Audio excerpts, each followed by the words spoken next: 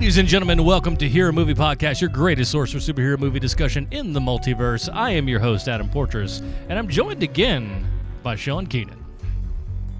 Heidi's mom isn't a superhero, or is she? And of course, Bruce Leslie.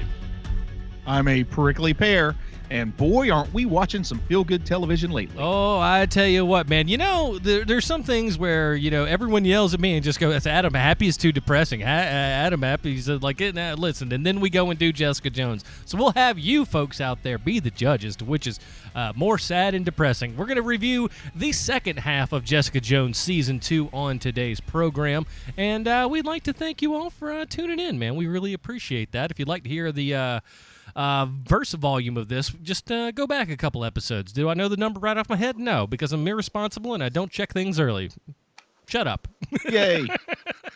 So we'll be doing that, and Sean and I were the only ones on that episode, so we're going to actually hear Bruce's whole kind of thoughts and everything on Jessica Jones Season 2, and if it was something that was worth going towards. You know, we all loved Season 1. Let's see about Season 2. But Episode 201 of HMP. And there you go. Thank you, Sean. See, that's my secretarial. Sean Keenan is jumping in on the bandwagon. But yes, we'd like to thank you guys for everything, for checking in and all that good stuff. But let's go ahead and do what we haven't done in quite some time here, gentlemen. Let's go ahead and open up the old HMP mailbag. What do you say? Bale's here. And our first one up here, it's entitled, Who Watches the Podcasters Watching Watchmen? This is from our good friend Marty, and he writes as follows. Hey guys, hope you're all doing well. Just wanted to drop you a line. I've just caught up on the last handful of episodes in a binge listen. Wowzers, that Watchmen episode was a great one. Really, really enjoyed it. But I have a pretty radical comment, though. I love the comic, like all good geeks, and like Bruce, I also like the film a lot. But after a lot of consideration, I think I like the film ending more than the comic book. It's just a sight better into the story rather than the bolted on alien invasion. But saying that, don't get me wrong, the grumpy Alan Moore is still a genius. And as per your other episodes, got to watch Happy, not going to watch Krypton. Can't blame him there. Adam just wanted to check something. The last few episodes have come out quietly and with the volume. I think we adjusted all that. It should be fine. So this came to us about a week ago. As always, Mark, you don't have to worry anymore. You know what? I am going to reach through the internet and choke you to death. Stop it. Everybody's going to be like, Adam really sucks at his job. He's not really Bruce and whispering. How dare you, sir? As always, love the show and love you guys. Stay super. That's from our good friend Marty. Marty, thanks for the email, buddy. Marty. So let's start with you, Bruce. What do you think of that? Of the Watchmen thoughts? Yeah. I have agreed with Marty's assessment on the movie ending at various points in my life. You know, my opinions on a subject such as this are one to drift and change and approach it from different theories and the different relative value units that it brings to the work as a whole. But I have at times agreed with what Marty has said, and I have at times disagreed. Boy, much like the source material, it changes over time. But very, very clever, Mr. Leslie. And quite the political statement that you just kind of, jump around and agree, but not really truly taking a stance. Good job. I don't know why I became mean. Next up here, we have an email from Dan. Not Dan Do, thank heavens, but we'll read on. It's entitled Mailbag. Gentlemen, I have a prepared statement. Hey. Huh. I first discovered you guys from your Preacher podcast. By the way, kids, Preacher Season 3 not happening in not too awful long, so keep an eye out for that. I was captivated when you mentioned this magical podcast where every hero movie ever could be made to be linked to Sylvester Stallone. I was intrigued, but I mistakenly thought that your podcast was a discussion of a reimagining of all of our favorite superhero films, only with Sylvester Stallone casting all the key roles. It's not too late to switch formats, guys. For instance, you could examine Nolan's Dark Knight film in which Stallone utters the phrase, why has everybody got to be so serious all the time? Or Ang Lee's Hulk film, in which Sylvester Stallone mutters, "Don't make me angry. You won't like me when I'm angry." Or Judge Dredd film, in which Stallone inexplicably yells, "I am the law." Oh, wait, that one actually happened. Nevertheless, to say I was extremely disappointed to learn that you spend a mere 4 to 5 minutes each podcast discussing Sylvester Stallone. Oh, the humanity. Well, in a world where the Mandela effect controls every aspect of our lives, I have to believe that in some alternate dimension, my imagined version of Hero Movie Podcast exists. Yeah. I'm sure that podcast has tens of thousands of listeners. Cuts right to the bone, Dan. Right to the bone. So as you guys tally up your paltry downloads, just remember you had your chance and you blew it.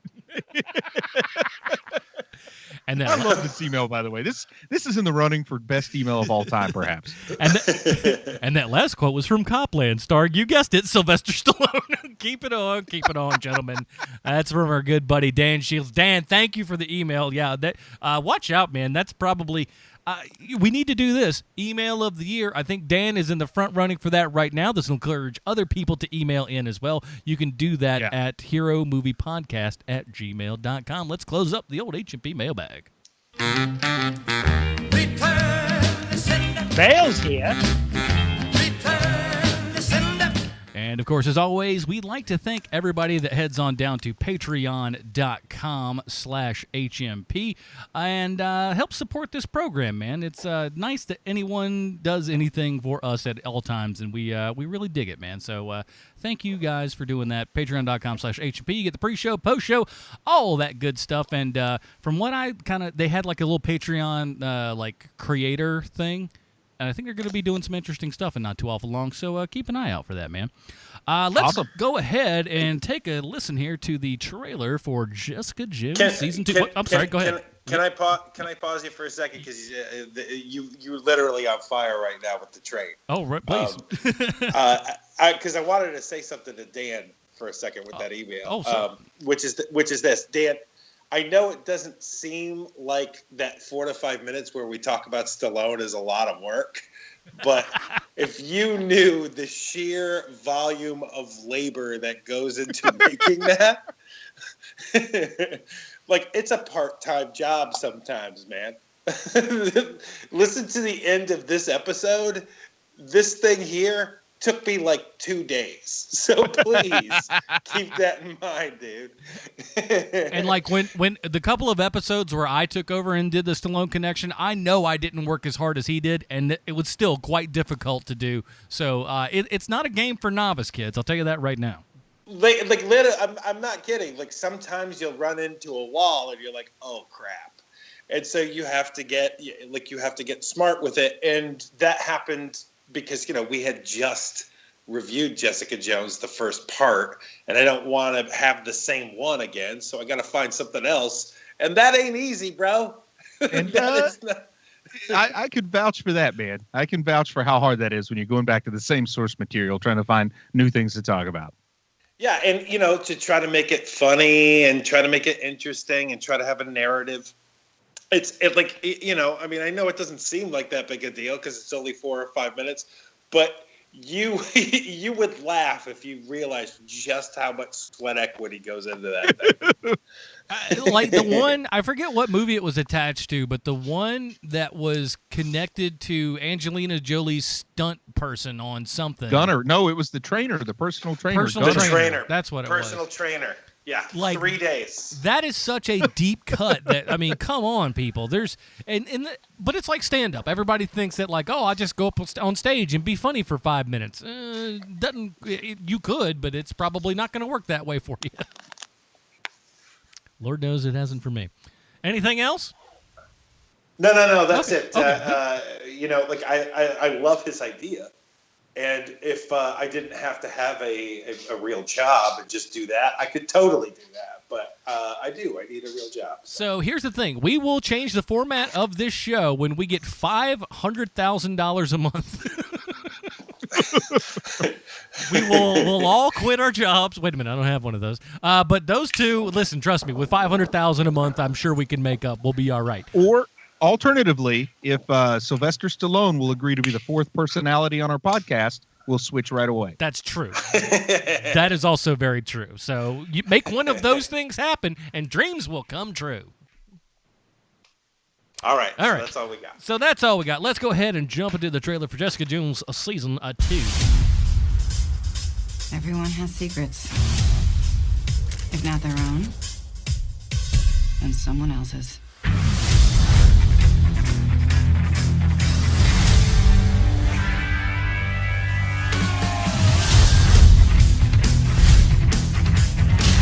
What are you? How did you end up like this? Are you gonna kill me? People actually ask you. It comes up. Knowing what was done to you might help you. What if facing it makes me worse? I've already killed someone.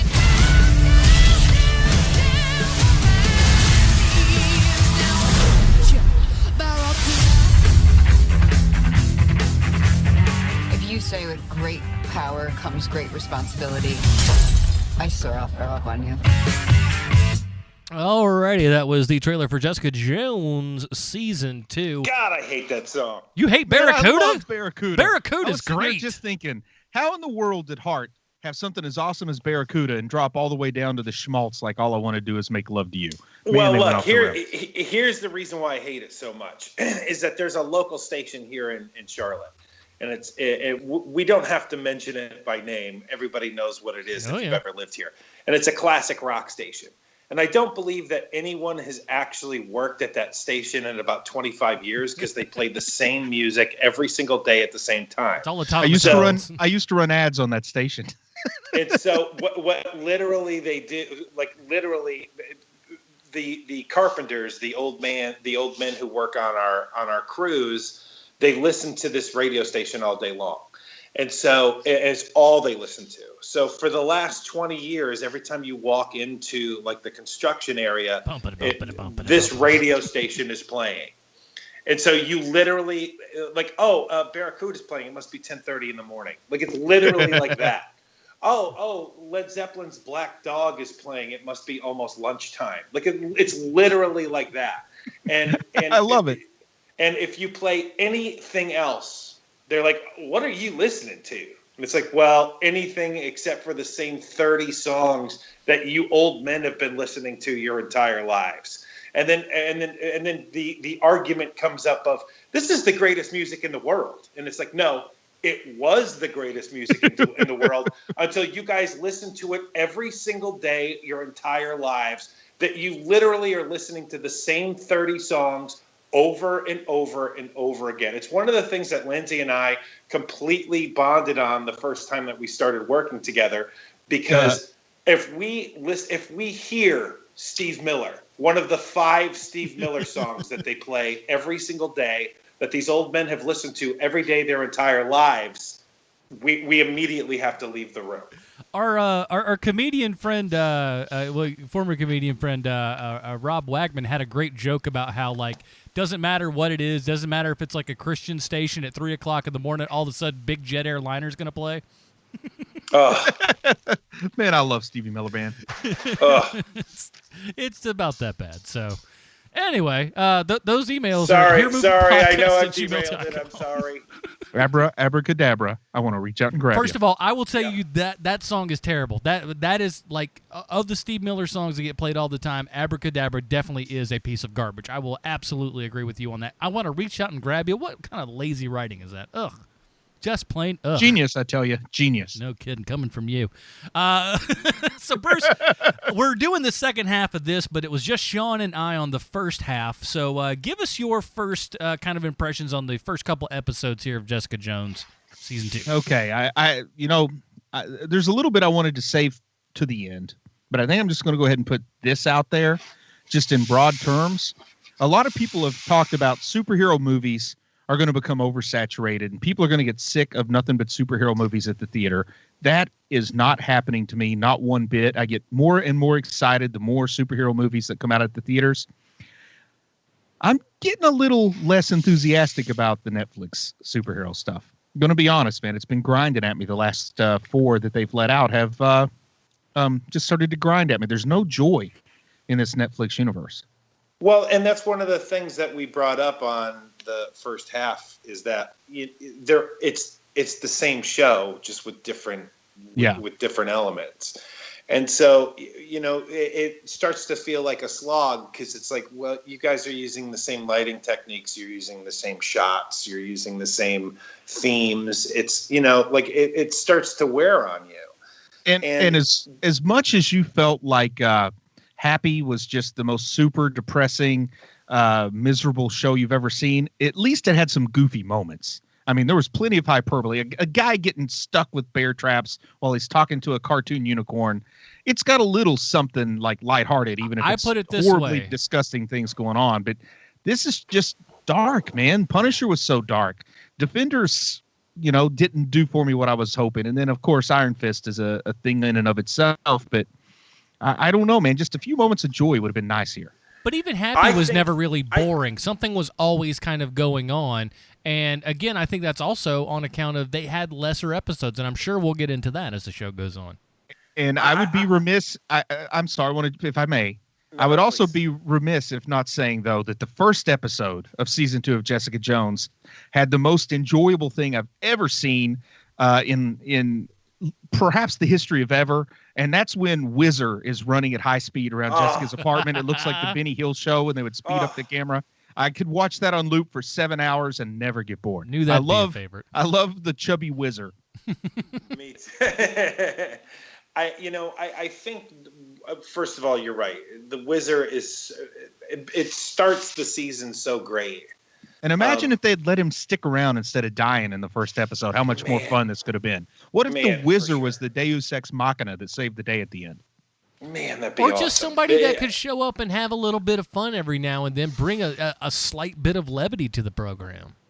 I think one of the things that they desperately need in the Netflix universe is they need a light character. They don't have a single light character in this world. They need a D-Man show. Nothing but D-Man. 13 episodes of Look, I'm not even saying, it has to be like goofball crazy. Just something light. Everything is the themes are so dark for all of the series. We have 5 different characters on Netflix now, and they all, they're all suffering through pathos, and they all have these massive psychological problems. Let's have one that has their stuff together. Let's have one character that's like, oh man, this is fun. Like they almost had it with Daredevil, but Daredevil is, so angry. The character is so angry that it can't even be fun. Yeah. And the thing is I would hope that, especially coming off of, like, say, Thor Ragnarok, which was definitely lent itself into the funny more than anything else Marvel has really done. They've always had some comedy stuff, despite what everybody kind of says. They've always been pretty funny stuff, but they really leaned into it there, and I hope that gets Marvel in the idea of, like, maybe we don't always need to be so serious. And I think if they were to do something like that, I think that's where really a Heroes for Hire would have been that more comedic type show, because the interplay between those two characters could lighten stuff up 1,000 times over. Yep. Agreed. Maybe have a kid in there. Listen, don't Cousin Oliver this bad boy, but No. But I'm saying make the new Iron Fist a kid. Like Peter Parker age kid. Oh, kind of go Nova has style. No idea what he's doing, but he's super powerful, and everyone's afraid of him. But he's funny, and I don't know. I'm spitballing here, but they need to do something different because it's so depressing and dour. And keep in mind, I still love Jessica Jones. I think that the character is great. I think that the first half of this season is great.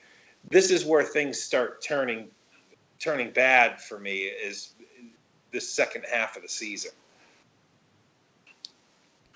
So coming into episode 7, I will actually say, because did we want to do a comic book connection? Oh, shucks. Oh my God! Sorry, Bruce. Yeah. Jeez. So that's gee whiz almighty. I can't. He did all that work, and we're just rolling right. We're just over. like we don't even Sorry. care. I didn't do that much work, but go ahead. Hold on. We got to if we're gonna do it, doggone it, we got to do it right here. It's time for Bruce's comic book connection. We got off key, but we're back on track. 20 minutes into the show. Well, Dr. Carl Malice is a fictional mad scientist and criminal appearing in comic books published by Marvel Comics. He first appeared in Spider-Woman number 30, which is interesting because Brian Michael Bendis originally envisioned Jessica Drew as the central character of Alias. In his first appearance, Malice was performing illegal medical experiments on human beings in order to find out more about superhumans and their abilities. Now, since Spider-Woman's friend Scotty McDowell had been rendered comatose by a poison bullet, Malice offered to cure McDowell in exchange for leniency with the courts. Spider-Woman agreed, but while curing McDowell, Malice also experimented on him using the fly's DNA, which would later cause McDowell to transform into the villainous Hornet. Malice went to prison, but was released in order to help authorities against the threat of the Hornet, his own creation. In actuality, he wanted to capture and study Spider-Woman. Malice slipped away and made contact with the Hornet, whom he kept drugged and aggressive for his own purposes. Malice then contacted Jack Russell. You guys familiar with Jack Russell, a.k.a. Werewolf by Night? Oh, you Jack Russell. My parents had one of those dogs. Sandy. She was great. And, I always thought that was like close, but not quite when you name your werewolf after a terrier. But anyway, Jack Russell is cursed with lycanthropy, and Malice told him he could help cure his transformations into a werewolf. But of course, being the evil doctor that he is, instead he placed a control collar, I picture like one of those shock collars people use on dogs, and sent both Hornet and the werewolf after Spider-Woman. Malice had studied the bizarre criminal Daddy Longlegs. Man, there's some deep cuts here. But anyway, Malice studied the bizarre criminal Daddy Longlegs, who had gained his powers from a modified growth serum used by Black Goliath, and had thus acquired a sample of PIM particles, which could alter a person's size and mass. With this knowledge, Malice hoped to restore the powers of Eric Jostin. He gave Jostin growth powers and enhanced strength, turning him into the supervillain Goliath, but Goliath rejected Malice's offer of partnership. Malice also transformed Antonio Rodriguez into the Armadillo by guess how he did that, guys? By making love to an armadillo. He combined his human genes with the genetic material of an armadillo. So you hit the nail on the head there, Adam. Now, let's make this clear. Malice's gimmick is to give people the powers of animals that aren't really A-list, if you catch my drift. We've got the Daddy Longlegs. We've got the Armadillo. He's definitely keeping the world populated with some B-list villains there. But eventually, Malice went to work for the power broker Curtis Jackson, using his technology to augment the strength of paying customers to superhuman levels. The strength-augmented process was tremendously risky, with half the subjects dying or becoming severely deformed, but this information was kept a closely guarded secret.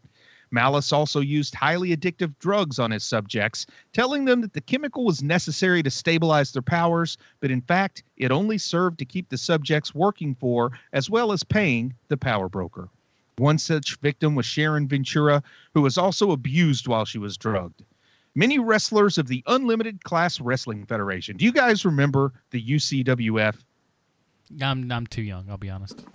Yeah, so they had like superhero wrestling, basically. And many wrestlers of the Unlimited Class Wrestling Federation, which was only open to superhumans, used the power broker's services and wound up indebted to him. The power broker had Malice's legs broken for his betrayal, then promptly rehired him to cure the power broker's condition. Malice captured and experimented on several augmented individuals to perfect the de-augmentation process, including Battlestar, which drew the involvement of one of my most beloved characters in comics, U.S. Agent. Now, together, Battlestar and the Agent freed the captured wrestlers and forced Malice to restore their strength. The U.S. Agent then destroyed Malice's equipment and records, and Malice later on went to work with the Avengers in their efforts to defeat Count Nefaria in exchange for a reduced prison sentence.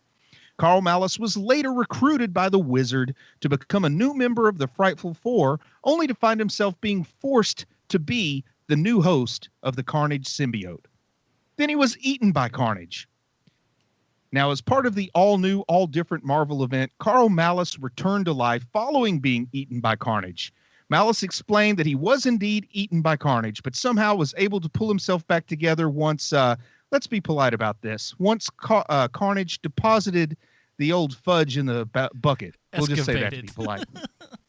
So, fellas, I'm going to leave you with this. When it comes to a crap character, no one qualifies for that honor quite like the current Dr. Malice. Boom. I like it. Now, here's the thing. I got to ask this question. I had no idea that Bendis originally wanted to use Spider-Woman as the Jessica Jones character. Yes, he did. And part of the reason he wanted to do that is he said she had the best hair in comic books. She do. That's for sure. Yeah. But that was the original idea. And then because of the direction he went with it, he created an original character instead. Now, so with the second half here, I want to get into this because I myself, while I'm aware of Alias and the character, like post the actual, Max series and stuff like that, has any of this kind of origin story ever been explored in comics, or is this like a whole cloth creation? The origin story in the comics is pretty much that her parents were in a car that crashed into a truck carrying chemicals, and they killed her family, but the chemicals spilled on her and she became, super powered. And I don't claim to be the world's foremost Jessica Jones historian, but I don't remember her birth mother coming into the picture either. Okay. Nope.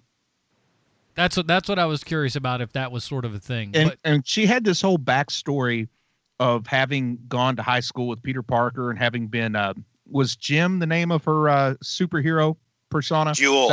Jewel, that's it. Yeah, Jewel, yeah. I get confused with in Powers. You had a Jim, I think. But like she had been part of the Avengers. Like she had this whole career as a superhero that she retired and put behind her to become the private investigator. And they've kind of glossed way over that on this. And they're trying to approach it from a different direction. But other than a quick cameo of the spandex costume in season 1, where she told Trish, if I wear that, my superhero name will be Camel Toe. Other than that, we haven't really had much reference to the Jewel character. Yeah. And it's too bad, because that's one of the cool things about the book itself is that, like Ms. Marvel keeps showing up from time to time. Like, hey, why don't you get back into it? And Jessica Jones is like, I have no interest to be back in it. And it's something that this show could totally use, something like that. Yep. Yeah, absolutely. One of the things that was really great about the first half of this season was that, oh my God, there's somebody who has also been experimented on, like Jessica Jones, and they're even more powerful than Jessica Jones. Like my hackles got up. Like I was like, ooh, this is going to be a good season. And once we hit the midway point in this show, it just, to me, it gets a little ridiculous, man. Like it gets downright muddy, because by the time the show is over, I can't tell you that there really was a villain, and a superhero show without a villain is not a good superhero show. That was my whole problem with this entire season, is that there, and especially coming off of season 1 that had such a strong villain, to have no real kind of strong villain in this one was such a misstep. Yep. I think that was the point of this season, though, was that there wasn't a main villain. That it was to get into the nitty gritty of the mentality of, how Jessica deals with this situation. You just pitched exactly what we talked about in the pre-show right there. There's nothing that happens all during the thing, and then we all go home and eat potato salad. Like, just because you accomplish your point, if your point was a boring one, I'd rather you not do that. Agreed. Look, man, I totally agree. I want to have the high-powered supervillain. I want to have somebody who is better at Jessica Jones's powers than Jessica Jones is. Like, that's neat. That's a neat idea. I would have even liked like some big villain, fairly big, strong villain. There's any number of people that they could pick. I don't really care who it is, because they do a good job of retrofitting stuff, but pick one good villain. And then maybe Jessica has to use her PI skills to find other people like the Wizard, and puts together this team of losers that actually stop this powerful villain. Like, I would have been into that. And that's where it felt like it was going, and then they just totally went left instead. And I don't like I don't like that. I mean, I just straight up don't like it. I still love this character. They could do a ton with this character, but where they're at right now is it seems like they don't know where they want to go. And as a Hellcat fan, I'm really bugged that they spent 2 seasons now teasing Hellcat and telling me I'm going to have to wait till season 3, if there is a season 3, to finally get the Hellcat. I've been waiting for it.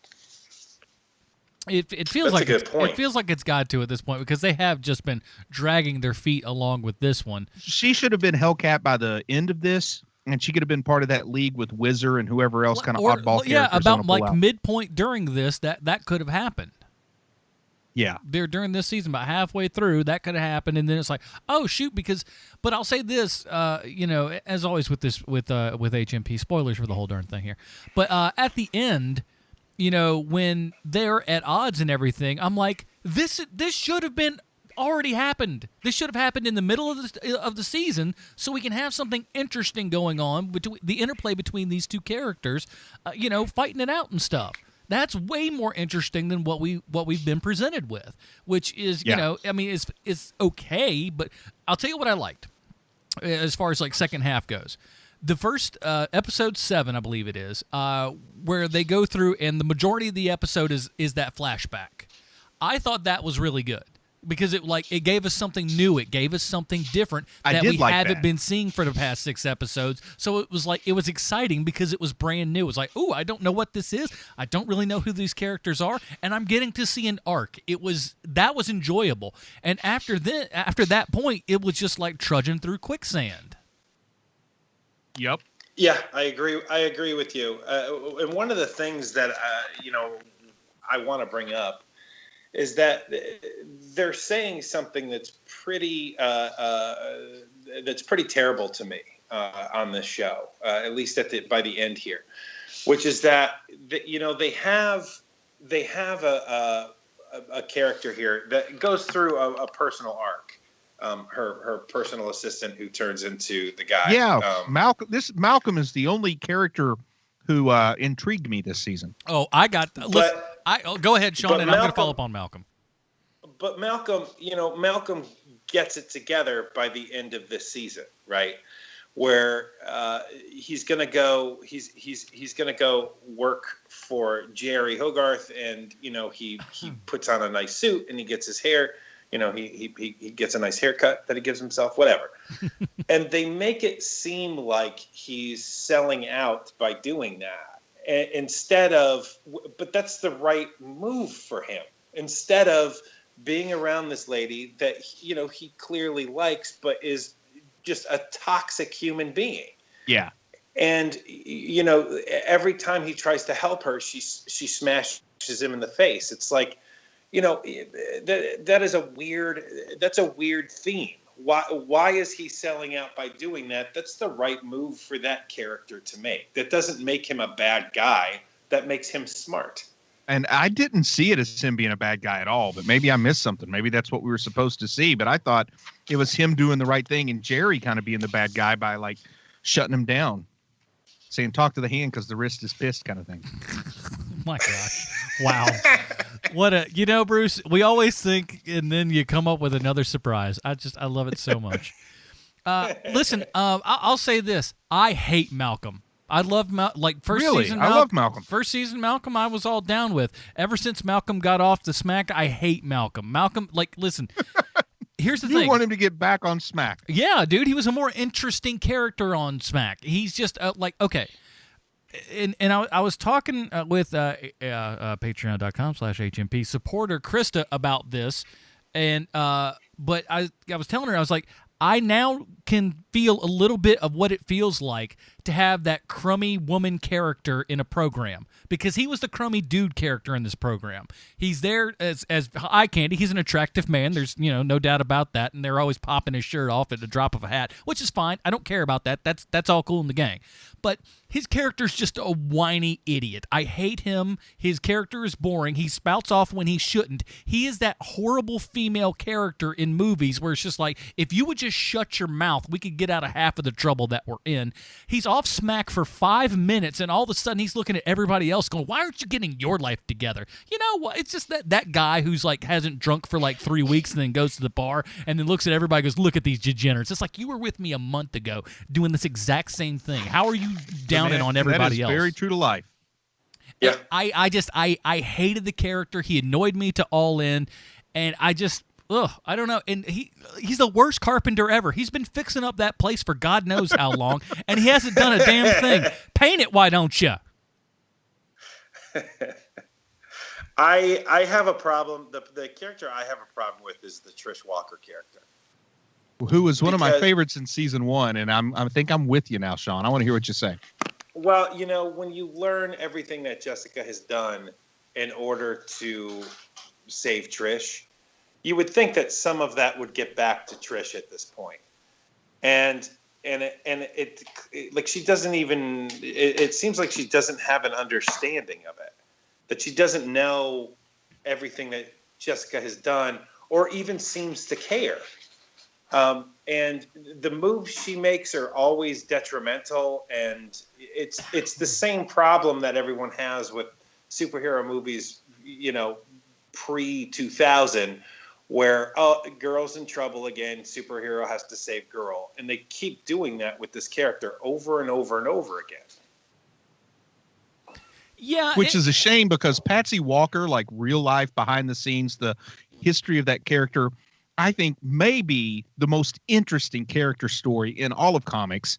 You know, she started off, I think it might have even been Kirby that did her art originally, but she started off in romance comics like Midge the Model as direct competition to Archie Comics and had these really goofy Trish Walker Archie Comics type adventures, and then slowly got blended into the Marvel universe proper, where she became the wife of the son of Satan, given powers from Lucifer himself, who reigns in hell. I mean, she went from straight up like Betty and/or Veronica to Hellcat, with it all being canon. Like, they worked it into the story the whole way, and it's pretty awesome. And they tried to follow that a little bit here, having her be like the child star from the Nickelodeon show or whatever. But I wish they would treat this character better, because there are not very many, if any at all, characters out there quite like Trish Walker with her history. And they could do something wonderful with that if they wanted to. Here's the thing. She's a garbage character, but at least the thing with her character, something's going on. It's usually not super great, but it's at least something going on. You know? I didn't really understand her big giant wave of, like, you know, activism all of a sudden, and then they just getting her on television, which, by the way, quick little behind the scenes here, not how that works. Because they the dude is putting makeup on her, and they're screaming, all right, we're counting it down, 3, 2. I'm like, there's no pressure. No one's going live. They're just recording it on tape. They can do it as many times as they want, and that's how the radio station, all that crap is wrong, and it still bugs me. Well, whatever. But the character itself, I at least she's doing something. Some of the other characters, and I like Jessica as a character, and I'll say this: this season, I think neutered Jessica a lot. You know, and from a, you know, you get what I mean by that, but but she's a strong character who goes around and kicks faces in, and it felt like this was her sad mopey season. Man, I did not care. I did not tune in to watch a road trip with a mother and her estranged daughter, which is how this wound up. Yeah. There's so much, and I know this is a guy thing to say, but there's so much talk about feelings and stuff. It's just like, can somebody punch somebody at some time in your superhero show? It feels like Jeff Goldblum in Jurassic Park. I'm wondering, in your dinosaur park, will you have dinosaurs? In your superhero show, will you have some superheroing, for the love of Pete? And the woman who was cast as her mother, I just couldn't help at times but think, like, wow, this could have been Laurie Metcalf 20 years ago. Like, she had a little bit of that Laurie Metcalf She looks vibe. exactly like Laurie Metcalf. Exactly. That's why at first I was just like, whoa, when did she get the time to do this? She's aged well. I thought, like, wow, man, she's not showing her age. She doesn't look a day over 55. But Janet McTeer is the actress's name. Yeah, she's real good. She's fine. I can't stand that character. The characters. Awful. Here's the thing. Like I said, the characters are bad. But that's the weird problem that I have with the show. It's like all the acting is really good. I think, and the direction is fine. I think the writing is what sucks. think how much better this show would have been if Netflix would have gotten their act together and had Monique play the mother. Oh my god! Oh man, perfect. Because you know how I like shows with a little humor. Listen, I don't know what you know about Netflix and Monique right now. I know a lot. That's why I made the joke. Okay, good. I was like, I don't know that she's going to be down on Sean, that one, buddy. Am I correct? But tell me if I'm wrong, but explaining a joke always makes it funnier, right? Well, you've had to do that with me a lot tonight, and I'm sorry. What? Wait, what? I was what? just... I'm worried about you. But what was I gonna say? I got so many problems with Yeah, this you're talking show. about Lori Metcalf. If I can go back for a second here, because one of the things that we didn't really speak of the first half of this is when David Tennant comes back, and he's That's in where her I wanted to head go. and whatever. Yeah.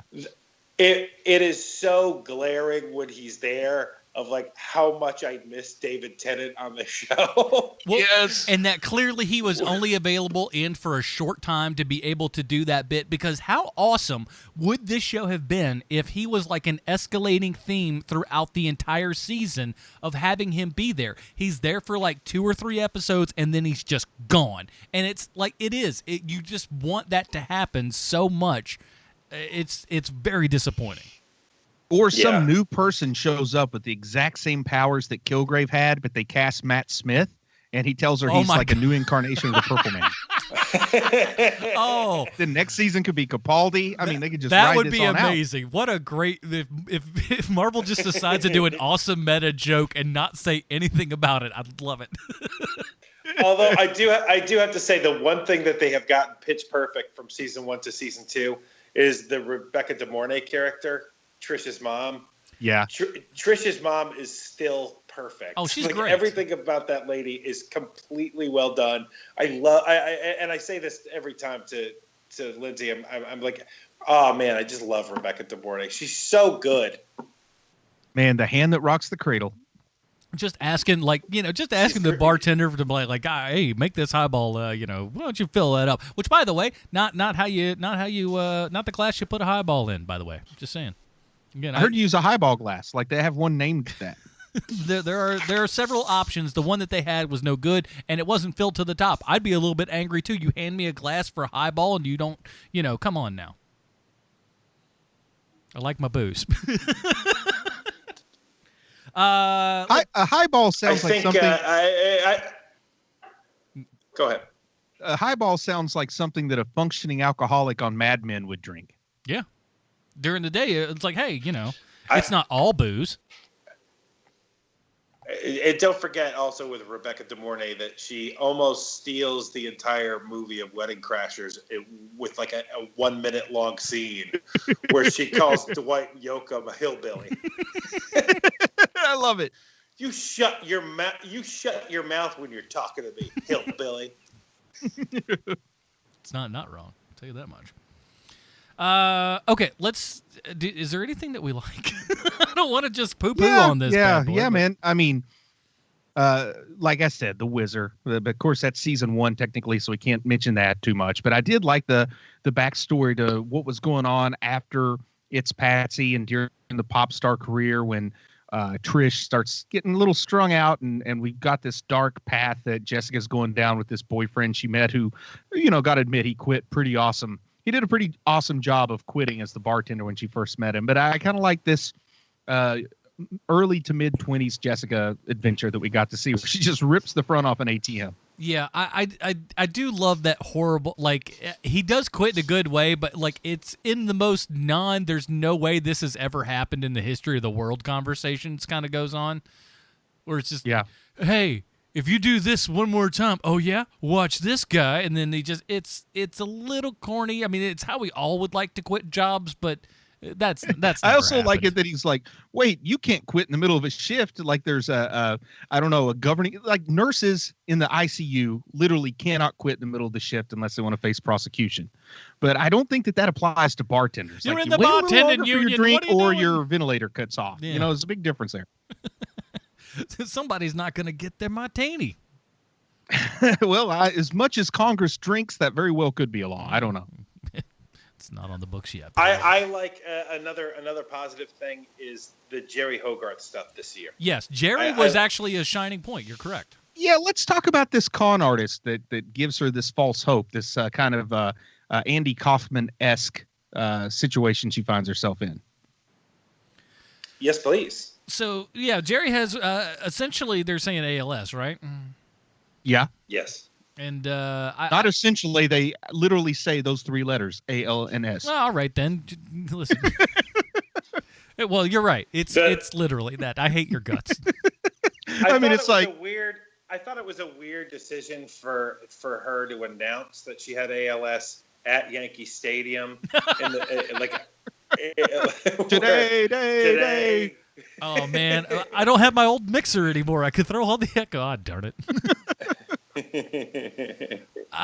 it was great seeing that character actually go through stuff. I mean, and again, hers is one that actually goes throughout the entire season.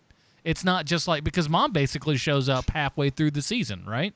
Jerry's at least going throughout the entire season. So at least we're getting more out of that character. And again, you're having setups and payoffs and setups and payoffs with the things that are going down with her. And Carrie Ann Moss is just fantastic. But I feel like I get the point. Jerry is into girls, but man, they really have to drive home that Jerry is into girls in this second season compared to the first. I agree. I'm so done with that stuff. Like, you know, look, if you want to be titillating, fine, but you're putting it in the middle of my superhero show. I don't need that in the middle of my superhero show. And it was one of the things because, you know, with Iron Fist, I really did press that fast forward button a lot. I'll be honest with you guys. Yeah. This is the one time with this season of Jessica Jones that I fast forwarded. It was like, you know what, I get it. Let's keep going.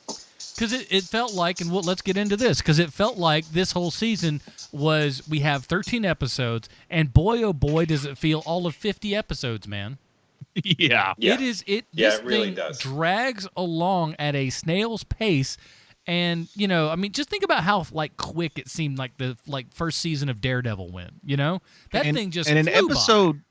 In episode 10 and 11, they really posed an interesting scenario and then really failed to do anything with it. But Jessica crosses that line where she cold-blooded murders a prison guard that she's worried is going to hurt her mother. And we see her seeing some flashbacks with Kilgrave and stuff, but I don't feel like that should have been what carried us through to the climax instead of this weird road trip thing that just happened out of nowhere. Agreed. Like, she should be placed in a situation, you know, she had to kill Kilgrave, then she didn't necessarily have to kill this guy, but she did, and then she should be put in a scenario number 3 where she finds a way not to kill finally and still save the day. But yeah, and how cool would it be if like almost from the beginning, Kilgrave is still kind of haunting her little bit by little bit, and so, you know, with increasing intensity of coming back, you know, I can't figure the word I'm wanting to use. You got it right. You had it right the first time. Yeah, intensity. I was crescendo. Yeah, so with increasing intensity of how often he shows up, that's more or less what I was trying to say. Frequency, there's your word. With more frequency towards the end and everything, getting her to cross over that line and everything. It needed that throughout the entire thing, but obviously it's like this was all down to David Tennant's, you know, schedule of what he could put in. As he would say. Oh, schedule. Say it right. Pay the price. I nailed that David Tennant impression. What about what else? What else is there to recommend this? Because I only have one more thing to recommend. Well, you know, hey, Malcolm managed to do the stuff with Trish, so that's a pretty good get for Malcolm. Oh my gosh, it's so boring. I don't care. Gosh, I don't care. I don't care. Does it need to happen 5 times? It's so boring. Listen, I get it. He's eye candy. That's there for the ladies. Lovely. It's to stretch out. It's crap filler. I can just see him like doing some kind of rehab commercial. Like he gets hired for one of those celebrity rehabs out west, and he goes, "Just a year ago, I was a junkie doing smack on the street. Now I have casual intercourse with a former child star." He would do that Come too. to this rehab. Honest to God, he would do that. That's what this character would do at this point, because that's how stupid they've made him. They've written him that sloppily. I hate it. That being said, you know what they should have done more of? How satisfying, though, was Jessica at the end there going into the convenience store or whatever, trying to get some booze. The guy does it, and she bashes him over the head and then kind of screams at the other guy. How fun was that? It's just like... That was fun. Why couldn't this whole season have had a little bit more of that? Where's more of that kind of stuff going on, man? That was a lot of fun, and it was just such a throwaway thing that it's just like, dude, learn to have fun with these characters and stuff. It's so depressing. And seriously, 13 episodes could have been shrunk down to 8, and perhaps this would have been good. And, good artists borrow, great artists steal. They could have had Malice be the main bad guy with her mother as his Darth Vader. Then at the end, her mother gets fatally wounded but takes down Malice to save Jessica. I mean, give me an old Return of the Jedi ending. I would have been happy. It would have been something. That would have been pretty good. Yeah, I would have enjoyed that. That guy's a really good actor, too, the guy who plays Malice. Not bad. Callum Keith Rennie.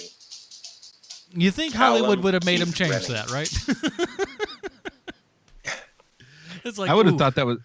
I thought that was Freddie Prinze Jr. I got some wires crossed there. They're pretty close. All right, before we get down to our final review here of Jessica Jones Season 2, we have to ask ourselves one important question. And while we can't do the entire show like this, we have to take the last couple of minutes to find out how this program relates to our good friend Sylvester Stallone. Well, thank you, Adam. I have a prepared statement. Hope this is at least 45 minutes long. Go ahead. Kristen Ritter's assistant on Jessica Jones is Lauren Wells, a lady that has worked in some capacity for a lot of the Marvel Netflix shows. She worked on everything from the very high-quality Daredevil to the terrible Iron Fist. If we can all be honest with ourselves, it's time to admit that Iron Fist is as bad as the Inhumans. Let's just admit it. Oh, I won't go that far. I would rather watch elderly pornography than a second season of Iron Fist. But back to the task at hand. If you don't know what a personal assistant to a TV set involves, basically you're making sure a star, director, or producer make it to set on time, making sure they get their meals. And this might seem like an easy job to an outsider, but imagine that you're the personal assistant to Flava Flav. Oh, boy. Now tell me how easy your job is, because you don't get to choose who you're the personal assistant to on set. Next thing you know, you're looking for orange soda and clock wax at 4 a.m. because Flava isn't coming to set because he ain't feeling it. And sure, you could say you've looked in earnest for clock wax, but you're getting yelled at by the second assistant director. He doesn't care that you can't find Mr. Flav's flaming hot Cheetos that he insists on having because he wants that fire in his mouth, and you can't think of a proper excuse. And they can't yell at Flava Flav, so they yell it at you because they can find 15 more just like you, and you're yelling in your car and throwing things at homeless people because they made the mistake of getting too close to your car. And you don't want to be a bad person, but you don't have time to be nice to annoying people. Now look, Lauren Wells probably doesn't have to deal with any of that, since the only thing she has to pull Kristen Ritter away from while Kristen Ritter is on set is sending nudes and sexually explicit emails to Sean Keenan. But you get the point. It's a hard job. At one time, though, Lauren Wells had another job, which was working as a production assistant on Saturday Night Live, a show where nothing bad ever happens ever. For those of you who have never heard of Saturday Night Live, remind me to pin your name to your shirt and hand you a juice box because you're either a child or the state considers you to have the brain capacity of a child because you are an idiot.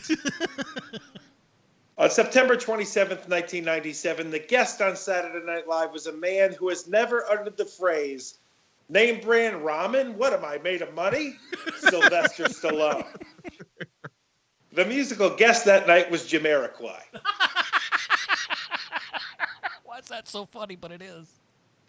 He was funny on it. Not great, like season 1 of Jessica Jones, but good, like the first half of the second season of Jessica Jones. And there you have it, HMPers. This week's Stallone connection is Lauren Wells. Now, Jessica Jones' mom and Jessica Jones' sister, that's not really your sister. Let's review season 2 of Jessica Jones. Yeah, I like that movie, Over the Top. It's a lot of great things in it. Just like that show Kramer versus Kramer, except that was missing something. What was it? Oh, yeah, arm wrestling. That's one of my favorites. All right, everybody, here on Hero Movie Podcast, we have our own patented Robin rating system. If you'd like to check that out, head on down to facebook.com/Hero Movie Podcast. While you're there, like on that page. And, I'm putting more stuff up there more often and whatnot. So if you want to see Spider-Man dancing on what I can only guess is an Argentinian subway, check that out. You know what I'm saying? The restaurant or the mode of transportation? Yes. I think it's a mode of transportation. He's okay. He's shaking it for the fans. Let me tell you, I don't know what it is, but Spider-Man dancing is making the meme rounds, boy, and it's something good. Let's go ahead and start with you, Mr. Bruce Leslie. What is your Robin rating for Jessica Jones season 2? It's tough for me to be fair with this. It really is, because when I think about it, what I like best is what it used to be and what it could become. But what it is at the moment, I don't like that much. There's actors that I like. There's moments that I enjoy. I mean, I can't take it too low simply because I enjoyed the Chubby Wizard so much. and if they had given me like 12 episodes wraps up the story, and the 13th episode would have just been an hour of yakety sax with Chubby Wizard and Jessica chasing each other around her apartment, I would definitely go minimum Tim Drake. But they didn't give me that. They didn't give me that at all. I feel guilty giving this what I want to give it, but I got to be true to myself, true to the folks. Like, I'm excited about what's going to happen with Patsy Walker. I like that character. I like that actress. I really loved the first season so much. So I'm like looking back and looking forward. But when I look straight ahead, I'm seeing a Stephanie Brown. Strong words, Mr. Keenan. When you have that one friend where you guys had a really great time in college, and you just hung out all the time, and you can't think of anyone who's more fun than that guy. And then you grow up a little bit, you grow apart, and he goes his way, you go your way, and then you meet up again, and it's not nearly as fun. That is what the second season of Jessica Jones is like. Yes, yeah. Perfect, man. You nailed it. Because, I'm really glad to see Jessica Jones. Jessica Jones is awesome. I love the show. I love this character. But this second season is not great. And I'm reminiscing on the great times me and Jessica Jones had on that first season, where, I watched that season 3 times because it was that good to me. I really love the first season of Jessica Jones.